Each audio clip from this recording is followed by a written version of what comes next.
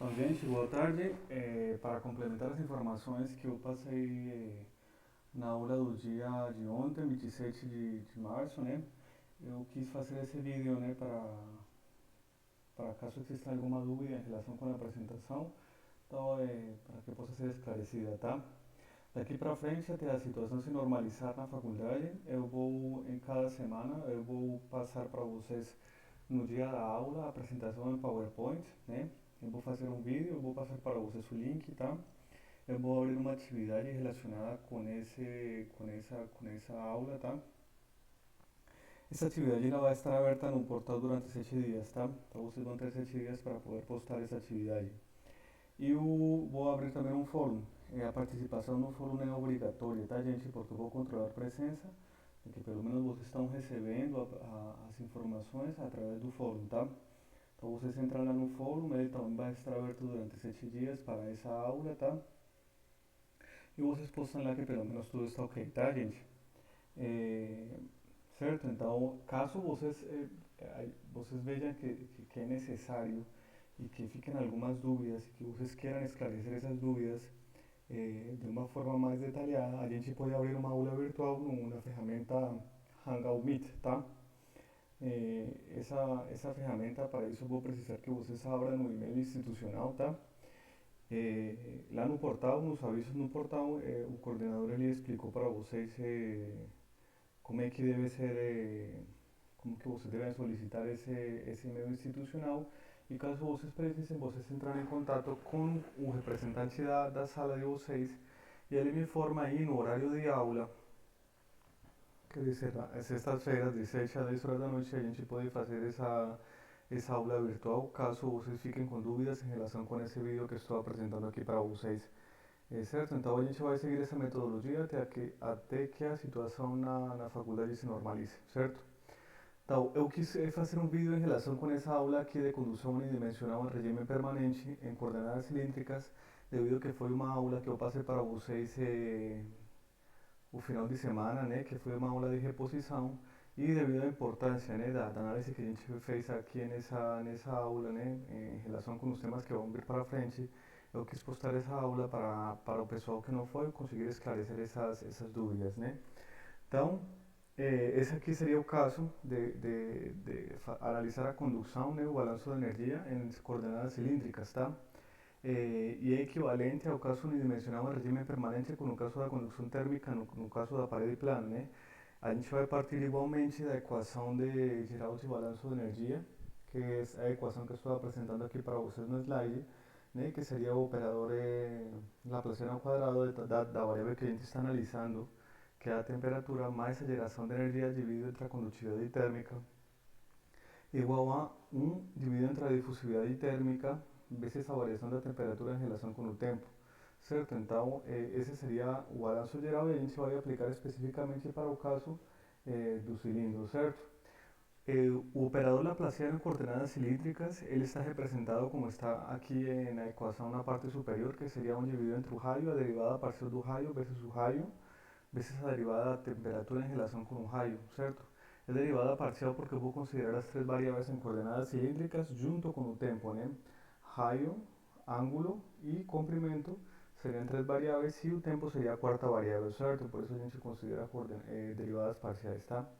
Mais 1 dividido entre o raio ao quadrado vezes a segunda derivada da temperatura em relação com a segunda derivada do ângulo, né? Mais a segunda derivada da temperatura em relação com o comprimento, mais a geração de energia dividida entre a condutividade e o termo de acúmulo de energia, certo?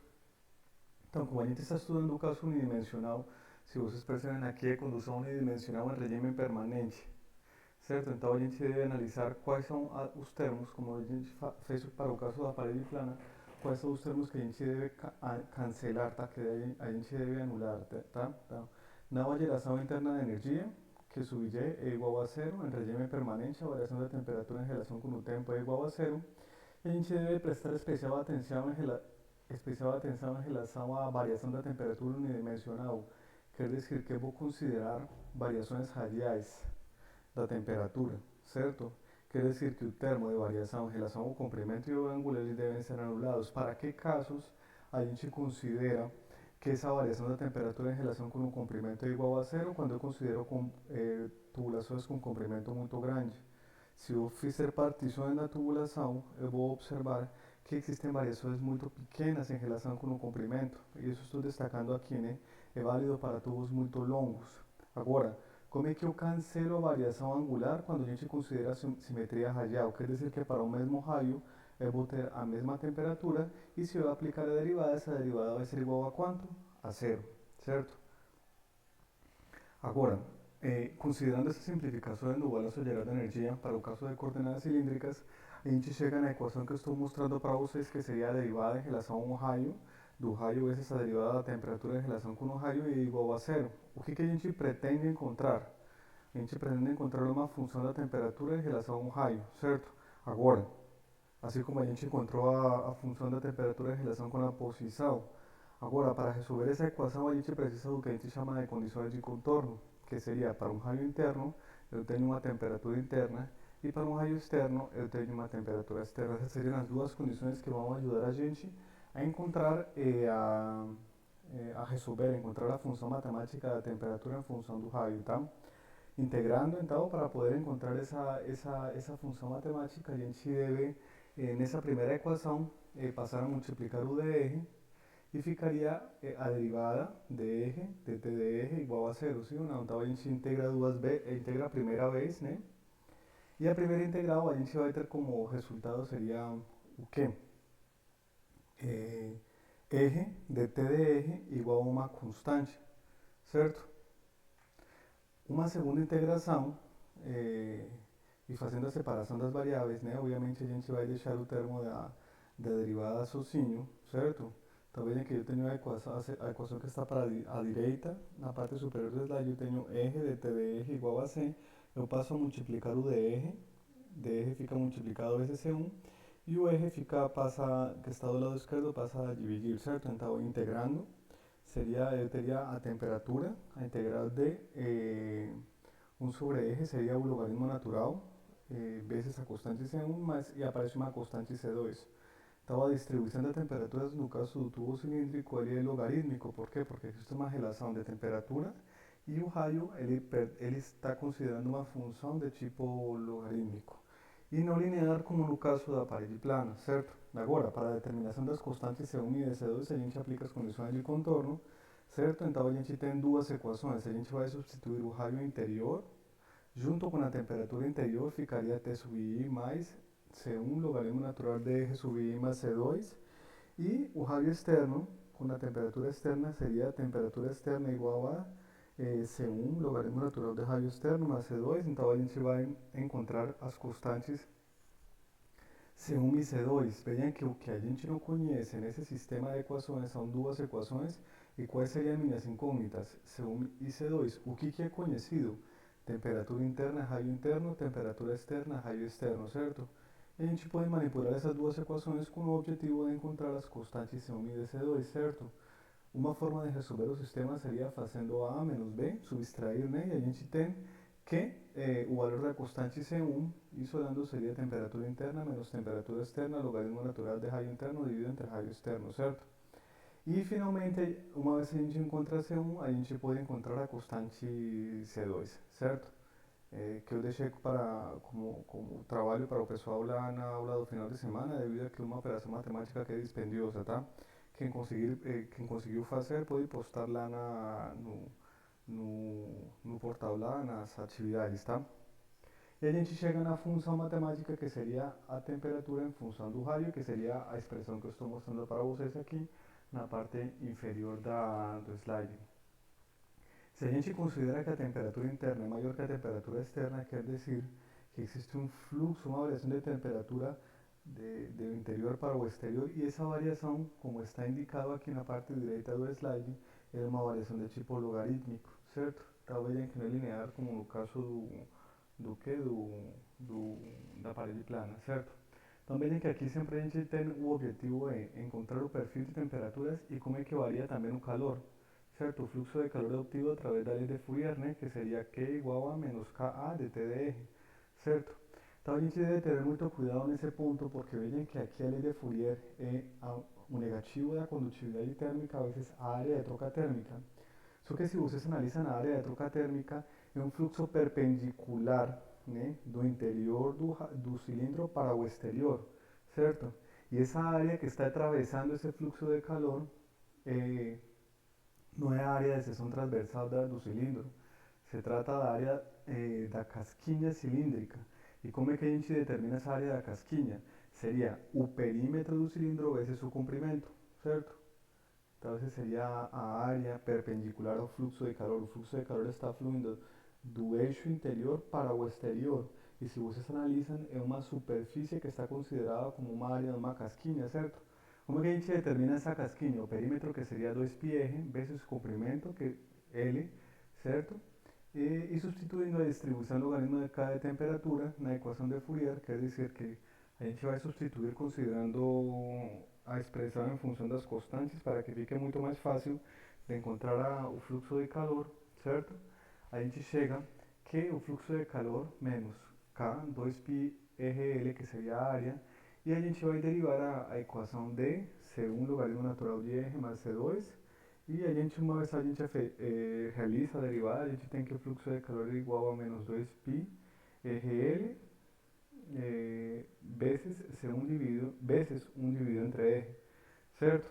Então vejam que o raio ele se pode cancelar, a gente chega na expressão de que Q é igual a menos 2 πkL C1, certo?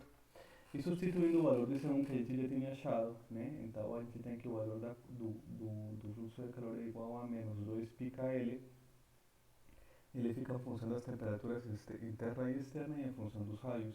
Então, se vocês percebem esse fluxo de calor, como a gente encontrou no caso do fluxo do calor na parede plana, é um fluxo de calor que é constante, ele não depende, ele não vai variar em relação com o raio. Isso é especificado aqui no slide, né? O fluxo de calor que é constante através das superfícies cilíndricas, certo? Entretanto, o fluxo de calor por unidade de área depende da posição radial. Se a gente analisar o fluxo da área total, ele não depende do raio. Se a gente calcular por unidade de área, ele sim vai depender do raio. Vejam que estou colocando aqui Q por unidade de área igual a Q total dividido entre a área. A gente sabe que a área é 2πrl, certo? Quer dizer que esse calor por unidade de área sim vai depender do fluxo, se vai depender do raio. No caso, por unidade de área, e quando não, ele não vai depender desse raio, certo? Agora, para compreender melhor essa dependência do calor em relação com as diferentes variáveis que a gente considera na tubulação cilíndrica, eu deixo para vocês uma atividade, né? E essa atividade é para melhor entender o significado dessa anterior equação, né? Que é o fluxo de calor. A gente vai considerar um exemplo prático, né? A gente vai supor que um engenheiro responsável pela operação de uma caldeira necessita reduzir o consumo energético através da redução das perdas térmicas, certo? Então, a gente vai, o engenheiro responsável pela operação da caldeira necessita reduzir o consumo energético, certo? Então, quer dizer que eu tenho uma caldeira, ela está gerando vapor e eu preciso minimizar as perdas de energia através da transferência de calor, certo? Através da redução das perdas térmicas na tubulação que conduz vapor até uma turbina. Então imagina uma caldeira, essa caldeira ela está gerando vapor, esse vapor está indo para uma turbina. Só que na medida em que o vapor está circulando através da tubulação, vão acontecer perdas de energia porque acontece transferência de calor do vapor da tubulação para o exterior. Eu quero minimizar essas perdas. E a gente considera, como a gente está considerando uma tubulação cilíndrica, a gente considera a equação de fluxo de calor através da área total, certo? O engenheiro tem as seguintes opções. Eu estou colocando para você lá na atividade o que vocês devem fazer. Vocês vão analisar vocês vão pegar a equação, que seria a equação que está representada aqui nesse slide, que ele representa o fluxo de calor na área total, e vocês vão sabendo que a gente quer minimizar o fluxo de calor, que esse seria meu objetivo, como está na coluna da parte esquerda.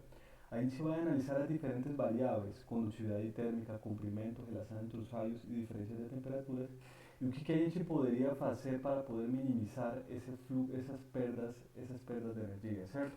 Então essa seria a atividade da próxima semana. Vejam que ela está relacionada com o último tema que a gente viu, né? Que seria fluxo de calor na área total, certo? Que não depende do raio, e vocês vão ter que colocar o que eu devo fazer com a condutividade térmica para poder minimizar as perdas de energia. Em relação ao comprimento, o que eu devo fazer ao comprimento para minimizar as perdas de energia? A relação dos raios, quer dizer, a grossura dessa tubulação, como é que ela deve ser, e o diferencial de temperaturas, como é que ela deve ser, certo? Então vocês podem colocar cada uma das opções que vocês considerem convenientes, obviamente considerando essa equação que estou mostrando aqui para vocês.